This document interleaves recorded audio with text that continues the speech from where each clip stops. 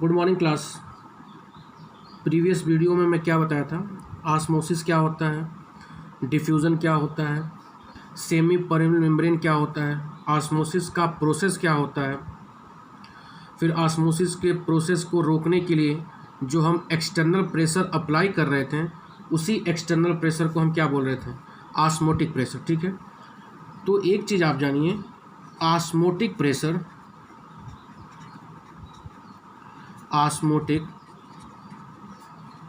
Pressure किसी भी solution का जो कैलकुलेट करते हैं, हम करते हैं बर्कले एंड हार्टले मेथड के द्वारा। हमको यह पढ़ना नहीं है, केवल जानना है कि किसी भी सॉल्यूशन का कितना ऑस्मोटिक प्रेशर होता है। तो उसके लिए जो मेथड हम पढ़ते हैं वह मेथड क्या है? Berkeley and Hartley method. ठीक है, और ऑस्मोटिक प्रेशर क्या होता है? किसी भी सॉल्यूशन का ऑस्मोटिक प्रेशर वह एक्सटर्नल प्रेशर होता है जिसके द्वारा या जिसके अप्लाई करने से हम ऑस्मोसिस का प्रोसेस क्या कर सकते हैं? रोक सकते हैं। उसी प्रेशर को हम क्या बोलते थे? Osmotic pressure. ठीक है, अब इसी ऑस्मोटिक प्रेशर को आगे कंटिन्यू करते हुए साइंटिस्टों ने एक लॉ दिया जिसको बोला गया law of osmotic pressure and van't Hoff equation. इसी लॉ को वॉन थॉप ने एक इक्वेशन दिया इसी लॉ को आधार मानते हुए, जिसको बोला गया वॉन थॉप इक्वेशन। तो लॉ ऑफ ऑस्मोटिक प्रेशर भी कई प्रकार का था। जैसे आप गैसियस लॉ पढ़े थे, उसी तरह यहाँ पर लॉ ऑफ ऑस्मोटिक प्रेशर पढ़ेंगे। तो पहला लॉ क्या था? वाइल्स वॉन थॉप लॉ। वाइल्स वॉन थॉप लॉ में क्या कहा गया कि at constant temperature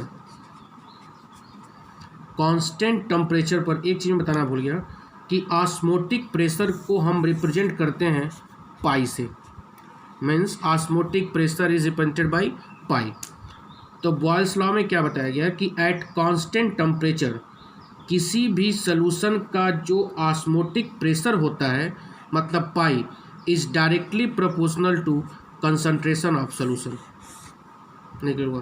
according to Boyle's van't Hoff law, at constant temperature osmotic pressure of dilute solution is directly proportional to its concentration. मतलब ऑस्मोटिक प्रेशर किसके directly proportional होगा? Concentration of solution. अगर if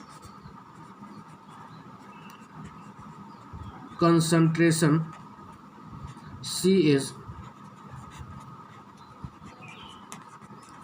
represented as per liter, ये आप लोग first year में पहले chapter में पढ़े होंगे। तो if concentration C is represented as per litre, तो इसको क्या लिख सकते हैं? C is equal to 1/V। C is equal to 1/V, that is, तो pi is inversely proportional to V। तो क्या पहला लॉ आया कि अगर कंसंट्रेशन C को रिप्रेजेंट कर रहे हैं एज पर लीटर, तो C is equal to 1/V। तो यहाँ पर ये रिलेशनशिप रखेंगे तो क्या रख सकते हैं कि osmotic pressure of solution is inversely proportional to volume. ठीक है, दूसरा क्या है? Charles van't Hoff law. Charles van't Hoff law क्या कहता है? Eight constant concentration,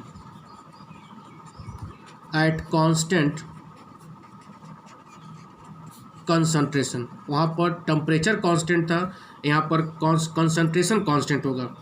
eight constant concentration osmotic pressure of dilute solution is directly proportional to absolute temperature. Clear हो रहा है? बॉयल्स लॉ में टेम्परेचर कांस्टेंट था, चार्ल्स लॉ में concentration constant है। तो यहाँ पर क्या हो रहा है कि किसी भी डाइल्यूट सॉल्यूशन का जो ऑस्मोटिक प्रेशर पाई होगा वह डायरेक्टली प्रोपोर्शनल होगा किसके? एब्सोल्यूट टेम्परेचर के। ठीक है, फिर तीसरा लॉ क्या था? Avogadro's law, Avogadro's van't Hoff law, Avogadro van't Hoff law.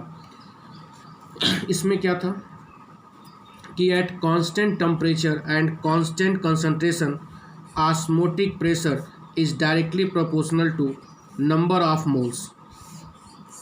Osmotic pressure is directly proportional to number of moles.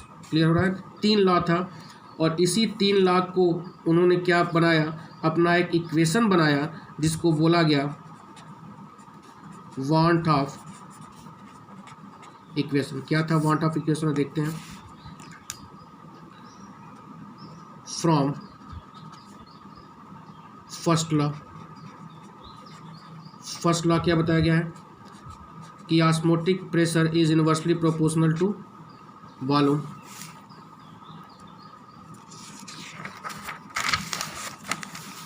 फिर फ्रॉम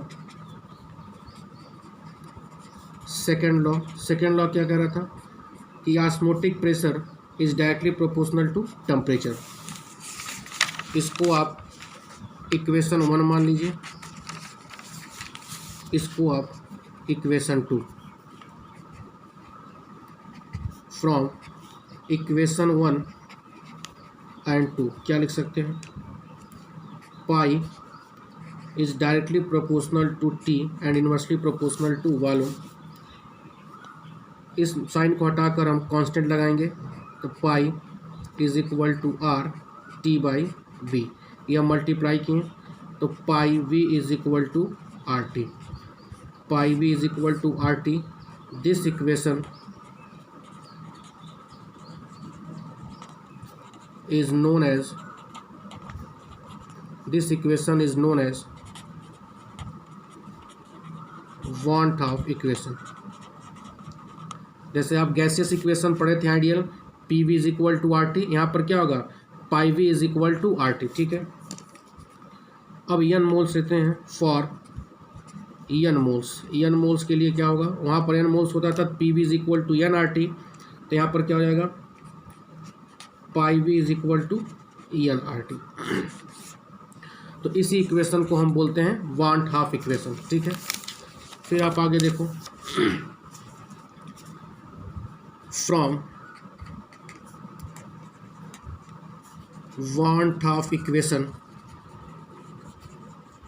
वांट हाफ इक्वेशन से क्या था pi V is equal to n R T. इसको क्या लिख सकते हैं pi is equal to n by V R T लिख सकते हैं। एट कांस्टेंट टेम्परेचर, अगर टेम्परेचर कांस्टेंट कर रहे हैं, आर आप जान ही रहे हो क्या होता है, गैस कांस्टेंट, आप फर्स्ट ईयर से पढ़ते आ रहे हो। तो टेम्परेचर को भी कांस्टेंट किया गया और आर क्या है कांस्टेंट है ही, जिसको हम क्या बोल रहे हैं गैस कांस्टेंट। अब यहाँ से देखिए 2 कांस्टेंट हो गया, तो मतलब osmotic pressure is directly proportional to n and inversely proportional to V. इससे क्या मतलब निकल रहा है कि सॉल्यूशन का ऑस्मोटिक प्रेशर सॉल्यूशन के एक निश्चित वॉल्यूम में डिज़ोल्व सॉल्यूट के मोलों की संख्या पे डिपेंड कर रही है। मैं क्या बोल रहा हूँ कि किसी भी सॉल्यूशन का जो ऑस्मोटिक प्रेशर है वह एक कांस्टेंट वॉल्यूम में dissolve n number of solute particle के ऊपर डिपेंड कर रही है। मतलब यहाँ से क्या निकला pi is directly proportional to number of moles of solute. तो इसका मतलब number of moles of solute पे डिपेंड कर रहा है। तो यहाँ पर बोल सकते हैं कि osmotic pressure is a colligative property. तो आपसे कोई पूछेगा कि प्रूफ करिए कि ऑस्मोटिक प्रेशर एक कोलिगेटिव प्रॉपर्टी है, तो आप वांट ऑफ इक्वेशन से निकाल सकते हो कि osmotic pressure is directly proportional to n upon V. तो आप कहोगे कि किसी भी सॉल्यूशन का जो ऑस्मोटिक प्रेशर होगा उस सॉल्यूशन के एक निश्चित वॉल्यूम में एन नंबर ऑफ मोल्स का सॉल्यूट जो डिज़ोल्व होगा उसी के ऊपर डिपेंड कर रहा है।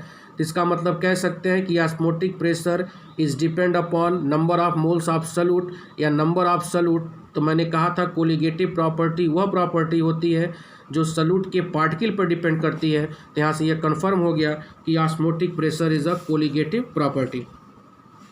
फिर अगली हेडिंग क्या होगी, determination of molar mass of solute, जो हर कोलिगेटिव प्रॉपर्टी से हम कैलकुलेट कर रहे हैं। क्या आया था, pi V is equal to n R T.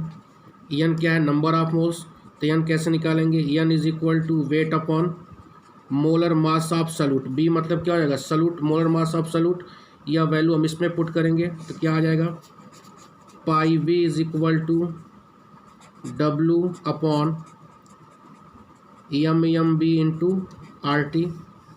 यहाँ से क्या हो जाएगा, M B molar mass of solute is equal to weight of solute into gas constant into R upon pi V. इस फार्मूले से आप मोलर मास ऑफ सॉल्यूट क्या कर सकते हो, कैलकुलेट कर सकते हो। ठीक है,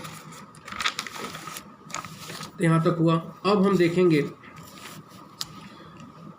आर की वैल्यू आप जान रहे हो, R is equal to 0.0821 litre ATM पर केल्विन पर मोल। ठीक है, अब दो सॉल्यूशन की ऑस्मोटिक प्रेशर की तुलना करने पर, अब ध्यान दीजिएगा, जैसे मानिए ये फिगर समझते हैं। ठीक है, दो सॉल्यूशन है, एक सॉल्यूशन ये 1, एक सॉल्यूशन 2। तो दो सॉल्यूशन के ऑस्मोटिक प्रेशर के बीच में कंपैरिजन करने पर सॉल्यूशन को 3 पार्ट में क्लासिफाई किया गया है। क्या क्या, आइसोटोनिक सॉल्यूशन, दूसरा क्या होगा हाइपरटोनिक सॉल्यूशन, और तीसरा होगा हाइपोटोनिक सॉल्यूशन। मतलब दो सॉल्यूशन के बीच में कंपैरिजन कर रहे हैं, किसका कंपैरिजन, ऑस्मोटिक प्रेशर का कंपैरिजन कर रहे हैं।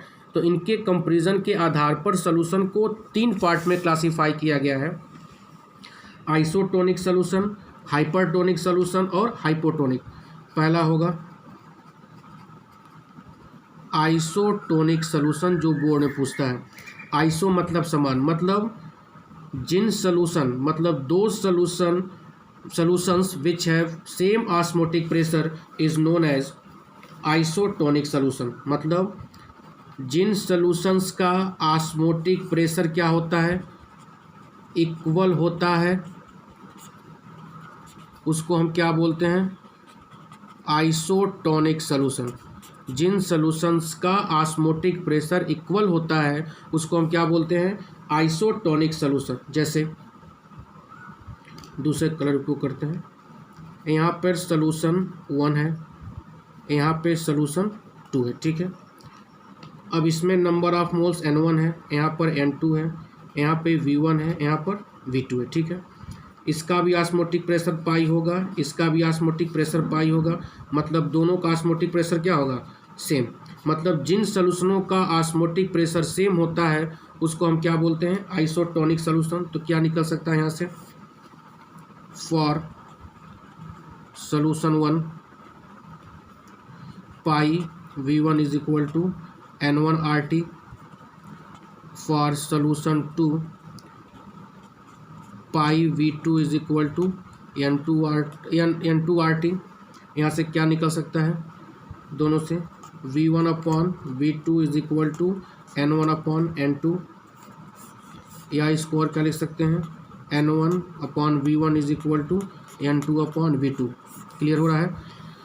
तो आइसोटोनिक इस पे न्यूमेरिकल्स भी आते हैं, 2 वॉल्यूम दे दिया जाएगा, एक का मोल देगा, दूसरे का मोल कैलकुलेट करने के लिए दे सकता है। तो मतलब जिन सॉल्यूशंस का ऑस्मोटिक प्रेशर सेम होता है उनको हम बोलते हैं आइसोटोनिक सॉल्यूशन। दूसरा क्या है, हाइपरटोनिक और हाइपोटोनिक। ये सिंपल है, जैसे समझिए,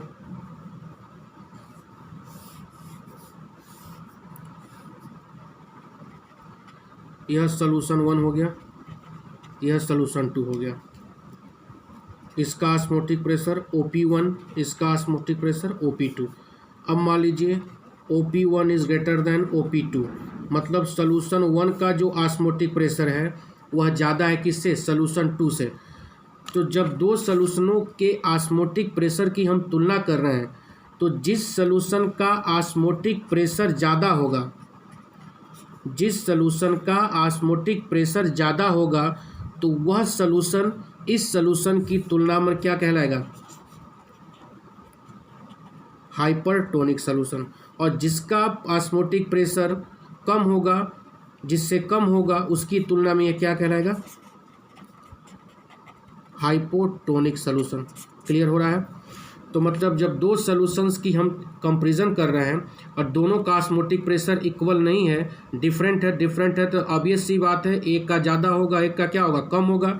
तो जिसका ज़्यादा होगा तो कम वाले से ज़्यादा वाला हाइपरटोनिक होगा, और जिसका कम होगा कम वाला ज़्यादा वाले से क्या होगा, हाइपोटोनिक होगा।